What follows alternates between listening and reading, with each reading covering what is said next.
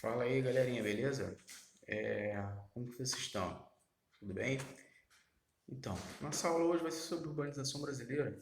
Nós iremos falar de algumas características que formaram a urbanização do Brasil, como que ela ocorreu, o processo de formação de algumas cidades, quando o Brasil deixou de ser um país rural para passar a ser um país urbano. E aqui a gente olhando logo dentro dessa foto, a gente vê um problema urbano que assola o nosso território brasileiro, que é essa complexidade onde a gente vê uma discrepância muito grande. De um lado a gente tem uma área de luxo e do outro a gente tem uma comunidade. Então, de um lado a gente tem pessoas que têm tudo para sobreviver e outras que têm o mínimo para sobreviver. Tá legal? Então, nossa aula vai ser sobre urbanização brasileira. Espero que vocês gostem da aula. Vamos lá dar segmento à nossa aula. Tá legal? Primeiro, nós vamos falar sobre o conceito de urbanização, que é um conceito geográfico de urbanização que está ligado ao desenvolvimento de cidades. A partir do momento que ultrapassa o número de área urbana, ultrapassa o número de área rural, acontece o processo de urbanização. E com esse processo de urbanização vem rede de esgoto, casa, prédio, shopping center, rede elétrica, hospital. Então, vem tudo que a gente conhece como urbanização. E no século XX ele vai ser marcado como um processo de urbanização mundial. Tá legal? A gente pode classificar dessa forma. As cidades começam a surgir com maior frequência a partir do século XX. E as cidades no Brasil, a gente vai ter uma evolução. Primeiro, a gente tem o ciclo da cana-de-açúcar, onde vão se formar pequenos núcleos urbanos no litoral, principalmente no Nordeste. Por que, que não tem o ciclo do pau-brasil? Porque o pau-brasil são expedições exploratórias apenas, não para se fixar. A partir do século XVI mesmo, a partir do ciclo do cana-de-açúcar, eles começam a se fixar, vem expedições para povoar. Tá? Aí a gente tem no século XVII e XVIII o ciclo da mineração, que vai ter o surgimento de algumas vilas no interior do país, principalmente na região das Minas Gerais. E a gente tem no século XIX o ciclo do café, onde surgem várias cidades, principalmente na região sudeste. E no século XX a industrialização ela vem com força. Aí acontece o processo de êxodo rural, a migração do campo para a cidade, tá? E o crescimento das cidades juntamente com isso. Tá legal? O, a urbanização do Brasil ela vai ser um processo muito rápido, que acontece, por exemplo, até 1940 a população rural ela superava a população urbana do Brasil. Esse processo de urbanização ele acontece efetivamente a partir da segunda metade do século XX. Hoje, a cada 10 brasileiros, 8 vivem em área urbana, moram em cidades, e a urbanização acelerada da população brasileira ela traz com ela também alguns problemas urbanos, como a falta de planejamento, o processo de favelização, alguns problemas urbanos que a gente vai ver mais à frente. Tá bom?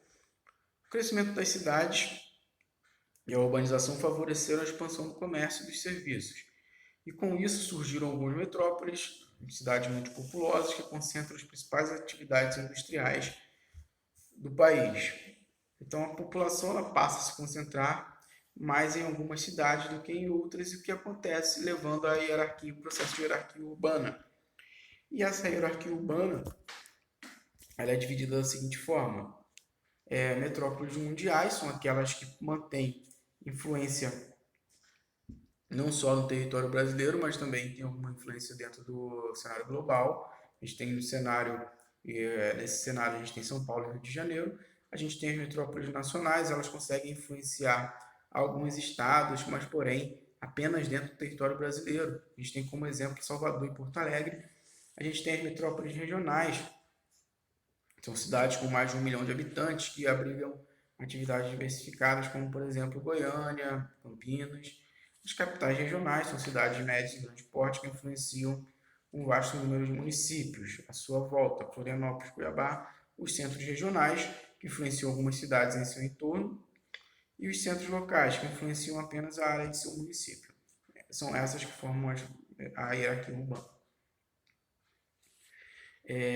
Com a concentração de empregos e bens, serviços e infraestrutura da cidade, o ambiente urbano se tornou cada vez mais atraente. Assim, aconteceu o processo de êxodo rural, atraindo cada vez mais essas pessoas em busca de qualidade de vida a irem morar na cidade. Além disso, a gente vai ter o uso de máquinas nas práticas agrícolas, que vai dispensar grande parte dos trabalhadores que eram ocupados na agricultura. A utilização de máquinas no campo, além de diminuir a mão de obra, ela aumenta mais a produção do campo. Esse processo que acontece de instalação de máquinas no campo, ele é chamado de modernização do campo. Esse fenômeno de migração de trabalhadores das áreas rurais para as cidades é conhecida como êxodo rural ou migração rural urbana, a saída da população do campo para a cidade. Então a gente vai ter que pegar alguns aspectos que vão favorecer esse êxodo rural, que são a busca de melhores qualidades de vida no centro da cidade e o processo de mecanização do campo, modernização do campo, tá legal? Que é a instalação de máquinas nas áreas rurais, substituição da mão de obra humana pela máquina, o que leva muito mais, aumenta muito mais a produção em menor tempo. Os fatores do êxodo rural, a gente tem aqui um esqueminha, a repulsão da força de trabalho do campo, o latifúndio, a atração da força de trabalho, padrão de vida nas cidades, surgimento do trabalho informal e adoção de moradias. A evolução da população rural entre 1940 até 2006. A gente tem aqui, a gente vai olhando esse gráfico, a gente consegue ver como que a população rural ela vai diminuindo, enquanto a urbana ela vai aumentando conforme o passar dos anos, tá? A urbana a gente vê um verde escuro e a rural um verde clarinho. Na década de 1940, a gente tem 69% da população rural e 31% da população urbana.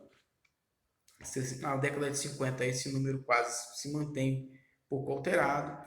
Em 60, a gente já tem uma pequena margem de diferença. E em 1970, a população urbana ultrapassa a população rural. E a partir daí a gente só vai ter o aumento da população urbana até 2006, que é a data desse gráfico aí. A gente tem aqui também outro gráfico, esse gráfico é chamado gráfico de pizza.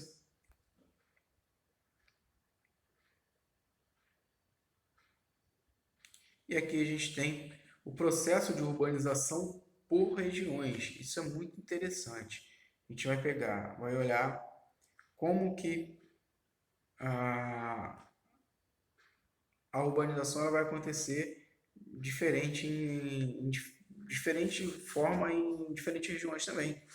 Por exemplo, a gente vai olhar aqui, a região sudeste e a centro-oeste é que mantém a maior área de urbanização, enquanto norte e nordeste é menor, tá? Aí aqui a gente tem um gráfico de pizza separado por região. No norte, 70% da população é urbana, 30% é rural. No sudeste, esse número é discrepante, 91% da população urbana, 9% rural. No nordeste, 69% da população é urbana, 31% é rural. No centro-oeste, 87% é urbana, 13% é rural. E no sul, 81% urbana, 19% rural. As consequências da urbanização, na segunda metade do século XX, foi comum nos países subdesenvolvidos, como ocorreu em função de um acelerado processo de industrialização, a falta de planejamento foi marcante. A consequência disso foi o crescimento desordenado das cidades, o êxodo rural, gerou um excedente populacional e a falta de investimentos, o afastamento do Estado. Como eu já disse anteriormente, a urbanização ela traz consigo alguns problemas que vão gerar sérias consequências na sociedade, como com essa falta de planejamento urbano. As cidades vão superlotar, não vai ter emprego para todo mundo, aumenta o índice de violência, aumenta os problemas sociais, aumenta uma série de coisas que a gente vai ver aqui à frente, tá? Aqui a gente vai falar de algumas consequências da urbanização. Na maioria das cidades, há as favelas, cortiços e moradores sem teto. Pessoas que habitam terrenos públicos ou moram embaixo de pontes. O preço da terra urbana é muito alto para grande parte da população que não tem dinheiro sequer para pagar um aluguel e acabam morando em moradias precárias, que não têm a mínima condição de ser habitado, porém é o que tem para hoje, né?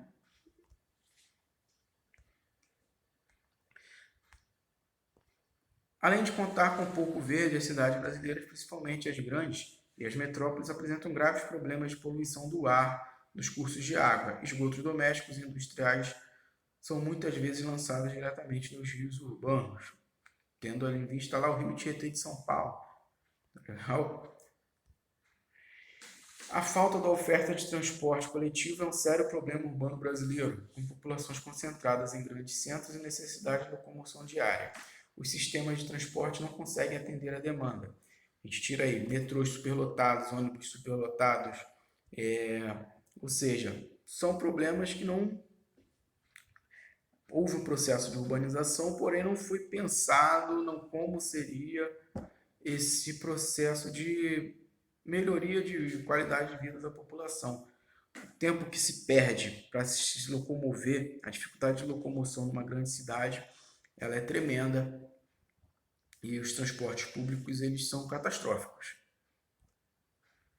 E com essa catástrofe de transporte público ocasiona cada vez mais um trânsito pior, um trânsito com suas dificuldades de locomoção muito grande. Outro problema muito comum em grandes centros é a produção de lixo. O destino final dos resíduos sólidos é um dos maiores problemas das cidades brasileiras. São raras que dão um tratamento adequado às sobras descartadas por seus habitantes. Na maior parte das vezes, o lixo é depositado a céu aberto nos chamados lixões sem nenhum outro cuidado. A gente não tem aterro, a maioria dos locais não tem aterro sanitário, eles são jogados a céu aberto, que a gente conhece como lixão ou lixeira. Na maior parte das vezes é dessa forma. Algum lugar, algum terreno, eles transformam aquele terreno em lixão. Como consequência da urbanização também, a gente tem o abandono do Estado, que gera um aumento de desemprego, que vai levar pessoas a se arriscarem trabalhando na clandestinidade, criando um modelo de vida à parte das normas da sociedade.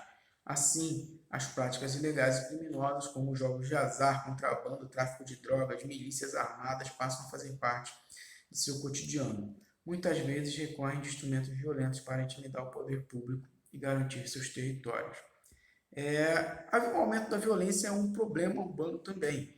Assim, muitas pessoas saem do campo para irem morar na cidade. Então as cidades superlotam e não tem emprego para todo mundo.